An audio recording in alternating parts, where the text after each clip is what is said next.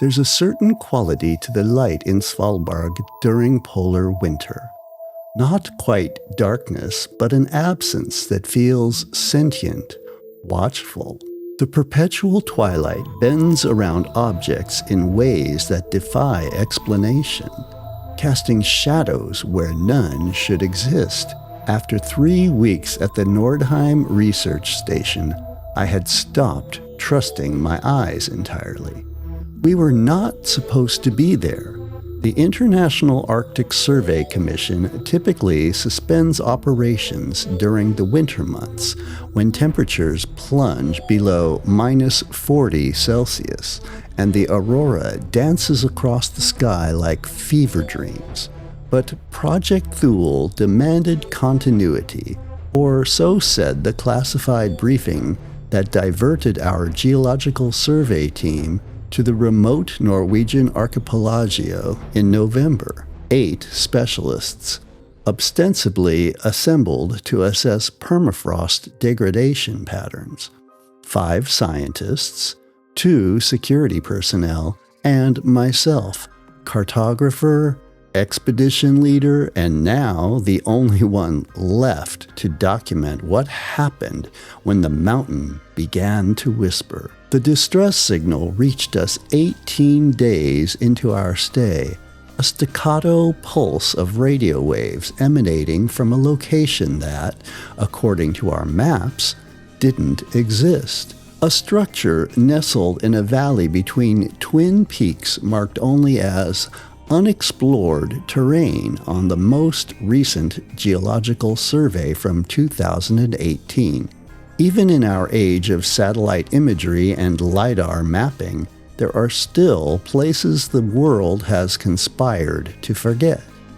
"It could be an old Soviet installation," suggested Kirsted, our glaciologist, her breath forming crystalline clouds in the dim light of the command center. "They had research stations all through these mountains during the Cold War." "Soviets didn't use this frequency," countered Rivera, running one hand through his thinning hair. His background remained deliberately vague in our mission briefing. Something in signals intelligence before joining the private sector. "And the pattern is all wrong. This isn't any international distress code I've ever encountered." The signal continued pulsing with a regularity that felt deliberate, almost beckoning. 3 short bursts, too long. A pause, then repetition. Not Morse code, but something trying to mimic human communication. "We should report it to Longyearbyen," said Dr. Cho, our team physician, her narrow face illuminated by the sickly green glow of the monitoring equipment. "Let the Norwegian authorities handle it."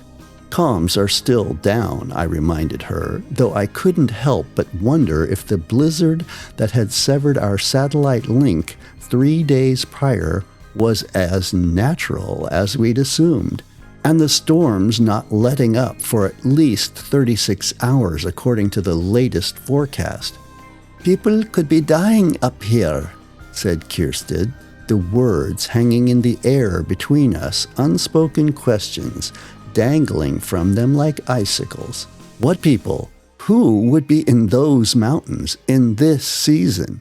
And why did the signal feel so wrong? I made the decision that will haunt whatever remains of my life. We go at first light. Light, of course, was a relative term. The weak glow that passed for dawn painted the snow in shades of bruised purple as our expedition prepared to depart. 4 of us would make the journey: myself, Kirsted, Riviera, and Abernathy, one of our security personnel. The others would maintain the station and monitor our progress via radio. The distance to the signal's origin was approximately 15 kilometers as the crow flies, but the mountainous terrain meant a journey of nearly twice that length. Abernathy checked his weapon for the 3rd time, a compact automatic pistol that seemed woefully inadequate against the vast emptiness surrounding us. Standard procedure for Arctic expeditions included firearms, primarily as protection against polar bears, but the gesture betrayed an unease that transcended normal precautions. "Expecting trouble, Abernathy?" I asked, adjusting the straps on my pack. His eyes met mine, pale blue against wind-burned skin. "Always do, Dr. Merrick, always do." There was something in his gaze, a knowledge, perhaps, or a premonition that I would later recognize as a warning. Our trek began in silence, the crunch of snow beneath our boots and the labored sound of breathing through thermal masks, the only interruption to the hollow quiet of the polar twilight. The mountains loomed before us, their outlines smudged by distance and diffused light, like charcoal drawings left out in the rain. They didn't look real somehow, more like impressions of mountains, the idea of them rather than solid stone. The first anomaly occurred 3 hours into our journey. The temperature, which had held steady at -32 Celsius, suddenly plunged. The digital thermometer on my wrist beeped in protest, the display flickering between numbers before settling on -58 Celsius, well beyond the expected range for the region, even in winter. "That's not possible," murmured Kirsten, checking her own instruments. "Barometric pressure wouldn't allow for this kind of temperature inversion." Rivera said nothing, but I noticed how his gloved hand moved to the radio at his belt, as if reassuring himself it was still there. The signal had grown stronger as we approached, its rhythm unchanged but somehow more urgent, like a quickening pulse. By the 6th hour, the landscape had changed in ways subtle enough to evade immediate notice, but profound enough to disturb. The geological formations no longer matched our satellite imagery. Ridges appeared where there should have been gentle slopes. Crevices opened across what had been mapped as solid ground. It was as if we were traversing an entirely different mountain range, or perhaps the same range from another time, another configuration of the Earth's shifting crust. "Navigation error?" suggested Abernathy, but his tone betrayed his disbelief in the explanation. "Impossible," I replied, verifying our position for the 1000th time. "We've been following precision instruments." "Unless the landscape itself is wrong," finished Kirsten, giving voice to the impossible thought forming in all our minds. The valley appeared before us like a mirage, a perfect bowl carved between twin peaks that knifed upward into the twilight sky. At its center stood a structure that defied categorization.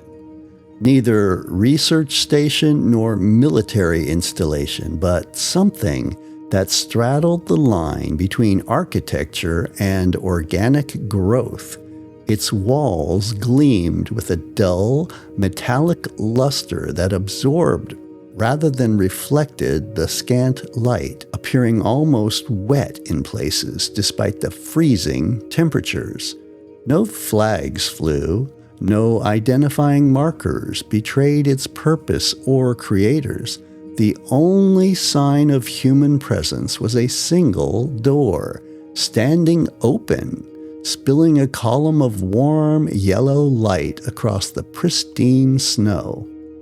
The distress signal stopped the moment we crested the ridge above the valley. The sudden silence felt like a held breath. "I don't like this," Abernathy muttered, unslinging his rifle from his shoulder. "This facility isn't on any international registry." "We should call it in," Rivera agreed, though he made no move to use his radio. I found myself moving forward, drawn by a compulsion I couldn't name. "There could be survivors," I said. the words sounding hollow even to my own ears. "That's why we came." The approach to the structure took longer than it should have, the distance seeming to stretch and contract with each step. The snow beneath our boots gradually changed texture, no longer the familiar crunch of ice crystals, but something softer, almost yielding, like walking across flesh. I tried not to think about the comparison, but once formed, it lodged into my mind with terrible persistence. The open doorway revealed a corridor bathed in amber light, its source indeterminate. No visible fixtures, just a uniform illumination that seemed to emanate from the walls themselves. The air inside carried a clinically antiseptic scent overlaid with something musky and organic, like the smell of a recently vacated animal den. "Hello," I called, my voice absorbed by the strange acoustics of the space. No echo, no reverberation, just dead air that swallowed sound. No response came. Abernathy insisted on entering first, weapon at the ready. Rivera followed, and then Kiersted, with me bringing up the rear. The corridor extended approximately 20 meters before opening into a large chamber. Our footsteps left dark smudges on the floor, which appeared metallic, but yielded slightly with each step, like the surface of a drum. The central chamber contained what could only be described as workstations, though unlike any research equipment I'd encountered, curved surfaces hosted displays of indeterminate technology, neither digital nor analog, but something that shifted between states when viewed from different angles. Data scrolled across their surfaces, not in any recognizable language, but in patterns that suggested meaning, fractals that evolved and transformed, complex enough to imply purpose. "What is this place?" whispered Kiersted, her scientific curiosity momentarily overriding her evident unease. "Not ours," replied Rivera with certainty. He approached one of the stations, careful not to touch anything. "These aren't any interfaces I've ever seen, military or civilian." "Look," said Abernathy, gesturing toward dark smears that trailed along one wall and across the floor. In the amber light, they appeared brown, but the metallic tang in the air suggested their true nature. Blood, dried, but not old. "Dr. Merrick," called Rivera, who had moved deeper into the chamber, "you need to see this." At the far end of the room stood a series of vertical tanks, cylindrical and filled with a viscous fluid that moved with unnatural slowness when disturbed by our movements. 3 contained nothing but the cloudy liquid. The 4th held something that initially registered as human, but revealed its wrongness upon closer inspection. A body suspended in the thick medium, arms extended as if in supplication. Male, approximately 40 years of age, with the muscular definition of someone accustomed to physical exertion. But where his face should have been, there was only a smooth expanse of skin, interrupted by a vertical seam that pulsed gently, as if breathing through an unseen orifice. His chest bore a similar seam, longer and partially open, revealing not organs but a cavity filled with something fibrous and glistening. "Jesus," breathed Abernathy, raising his weapon instinctively. "That's not possible," said Kiersted, her scientist's mind rejecting what her eyes perceived. "It's not human," I finished, though the words felt wrong even as I spoke them. "Not entirely." Rivera had gone very still, his attention fixed on something behind the tanks. "There are more chambers," he said quietly, "and I think something got out." The far wall, previously hidden in shadow, bore a massive rupture. Not a designed exit, but a tear in the material itself. Edges bent outward as if something had forced its way through from the inside. Beyond lay darkness and a cold draft that carried the scent of snow and something else, something raw and wild. "We need to call this in," said Abernathy firmly. "Now!" Rivera raised his radio to his lips, but before he could speak, the lights dimmed, flickered, and shifted from amber to a deep, pulsing crimson. A sound emanated from the walls themselves, not an alarm, but a low, vibrating hum that resonated in my chest cavity and made my teeth ache. "What's happening?" demanded Kirsted, her voice tight with barely controlled panic. "Something's responding to our presence," I said, the realization forming even as I spoke. "The facility is alive." The words hung in the air, absurd yet undeniable. The floor beneath us had begun to pulse, subtle, rhythmic contradictions like a heartbeat. The displays flickered with increased activity, patterns flowing faster, more chaotically. And from beyond the ruptured wall came a sound that no human vocal apparatus could produce. A sliding, wet noise punctuated by clicks and wheezing exhalations. Abernathy raised his weapon, positioning himself between our group and the breach. "We're leaving, now!" None of us argued. We turned as one toward the corridor through which we'd entered, only to find it sealed. The opening now covered by a seamless expanse of the same material as the walls. No sign remained that an exit had ever existed. "That's not possible," whispered Kirsted for the second time, the repeated phrase revealing the failure of rational thought when confronted with the impossible. The wet, sliding sounds grew closer. Something moved in the darkness beyond the breach, something large, with an uneven gait that suggested multiple limbs working in imperfect coordination. "Find another way out," ordered Abernathy, his military training asserting itself. "Rivera, help me create a barricade, anything we can move." But there was nothing to move. The workstations, when we tried to displace them, proved to be outgrowths of the floor itself, fixed in place by the same organic metallic substance that composed the rest of the structure. The creature emerged from the darkness with a sound like tearing silk. I cannot describe it in detail.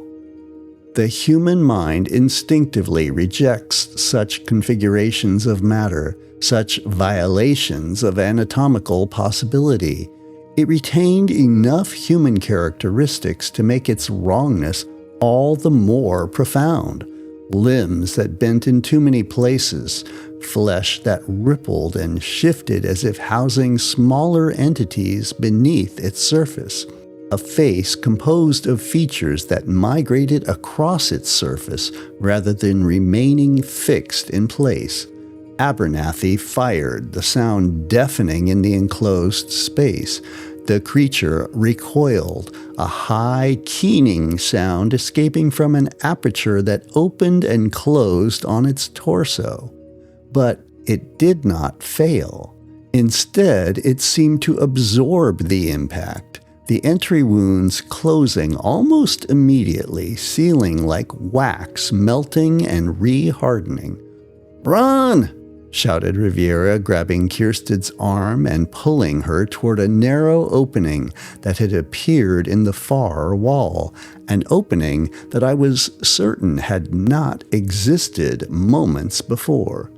We fled through chambers of increasing strangeness, spaces where gravity seemed to open at odd angles, corridors that bent in at angles that defied sense or logic, rooms filled with equipment whose purpose defied comprehension. All the while, the facility itself seemed to respond to our passage, openings appearing and disappearing, forcing us down paths of its choosing. And behind us, always came the wet sounds of pursuit. Abernathy fell first. He had reached a chamber where the floor suddenly dropped away into darkness, a narrow bridge of the same organic metallic substance providing the only passage. He was covering our retreat, firing measured shots to slow the creature's advance. I saw him begin to cross. I saw the bridge flex and undulate beneath his weight, and then it simply withdrew, collapsing into the wall like a tongue retracting into a mouth. He didn't even have time to scream. Rivera went next, in a corridor that suddenly contracted, walls pressing inward with terrible speed and force. One moment he was beside me, the next gone, with only a dark smear on the constricted passage to mark his existence. Kirsten and I found ourselves in what appeared to be the heart of the facility, a vast spherical chamber whose curved walls pulsed with visible circulation, veins or conduits carrying luminescent fluids in hypnotic patterns. At the center floated a structure that defied categorization, neither mechanical nor organic, but some hybrid that incorporated elements of both, along with components that belonged to neither category. "What is this?" gasped Kirsten, her scientific detachment finally shattered by the horrors we'd witnessed. "What are they doing here?" Before I could formulate a response, a voice spoke, not in the air, but directly in my mind, bypassing my ears entirely. Cataloging, processing, integrating. The words arrived fully formed, each accompanied by a flash of imagery too complex and alien to consciously process. Impressions of vast networks, taxonomies of life beyond human comprehension, biological systems being dissected and reconfigured. "Who are you?" I demanded, my own voice sounding hollow and insufficient after the mind voice's resonant presence. "We are the collectors, the preservers, the refiners. Humanity has been selected for enhancement." Kirsten had fallen to her knees, blood trickling from her nose and ears, eyes wide and unseeing. The mental contact was overwhelming her neural pathways, causing cerebral hemorrhaging. I fought to maintain consciousness, to focus through the pressure building behind my eyes. "Enhancement?" I managed, the word emerging as little more than a whisper. In response came not words, but pure information, a deluge of knowledge that threatened to drown my consciousness. I understood then in fragments that my mind could barely contain before they slipped away. This facility was not human in origin. It had existed beneath the ice for millennia, dormant until climate change had begun to warm its prison. It served as an outpost for entities that moved between worlds, collecting and refining species they encountered, extracting what they considered valuable genetic material before moving on. And now humanity had drawn their attention. The escaped refinement entered the chamber, its form having shifted yet again, now incorporating recognizable elements from Abernathy and Rivera. Their features swam beneath its surface like faces seen through muddy water, appearing and submerging in nauseating succession. Kjerstad screamed, the sound shocking after the mental communication, primitive and animal in its terror. The creature responded, moving toward her with awful purpose. I tried to intervene, but found myself immobilized, held in place by some invisible force that pressed against me from all sides.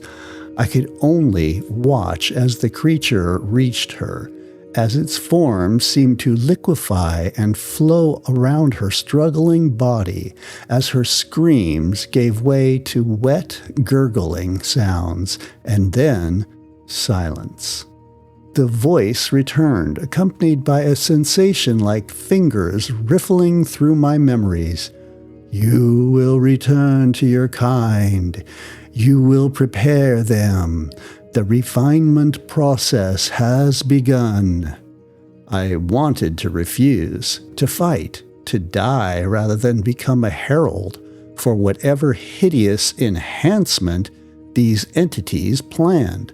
But my will was not my own. I felt myself being moved toward an opening that had appeared in the chamber wall, my body responding to commands that bypassed my conscious control.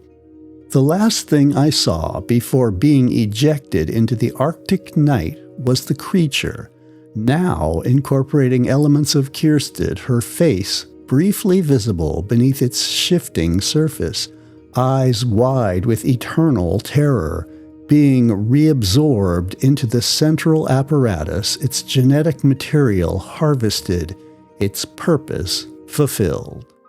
I awoke 3 days later at our base camp with no memory of the journey back. The others found me at the perimeter fence, frozen, nearly solid, but somehow still alive, mumbling about the collectors and refinement.